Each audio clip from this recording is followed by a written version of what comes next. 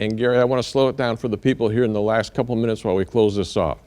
I don't want this to be just an academic discussion that we're having that people say, hey, that's really, really interesting. I've never heard that before. This thing was real to you and to me. The fact is you were going to be a Buddhist, and the fact is you changed your mind because of the historical data. The data didn't change. Something happened to you. And something needs to happen to some of our viewers that are listening to it. They shouldn't be just listening to it and saying, hey, that's really interesting. It has more implications than that. Talk about it. Yeah, and you know what? A lot of people, when they give testimonies like that, they'll say, well, I was an atheist till I met the Lord. And if you ask them, when was that? They might go, oh, I was 15. And you go, some atheist you were. When I made that Buddhist comment, I had already had my PhD. I'd already finished my study. You go, then why are you thinking about these things? Because I just didn't accept things because it was there in front of me. It took a long time for these things to sink in. So the Buddhist comment was post-PhD. And I don't say that a lot because people are thinking, wow, what's wrong with you? What? You already had the data. Why didn't you believe it? But it takes a while to sink in. People come back. I read more critics than I read anybody conservative.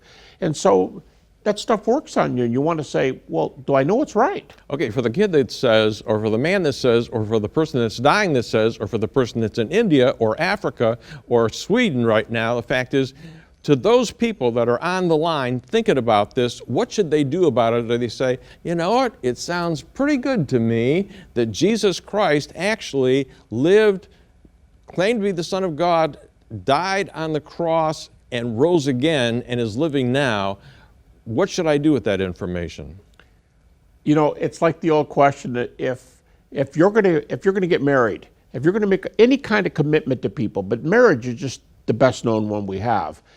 A lot of thought goes into, do I want to say I do? Famous commitment words. Well, that's what the Greek word means. The Greek word for believe actually means this. Yeah, I believe.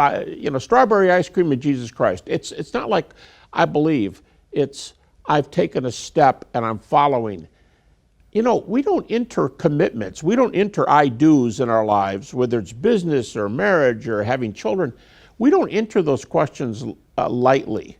And I think it takes a lot of wise people to sift through the data, and that's time consuming. Yeah, and so what we're advising is that you think about what's being said, and somewhere along the line, if you're convinced that Jesus Christ is God, that he can save you, can forgive you of your sins, and come into your life, you can have a personal relationship with the God of the universe, then you have to tell him that you admit you're a sinner, and you have to say to him, I do. I'm going to follow you.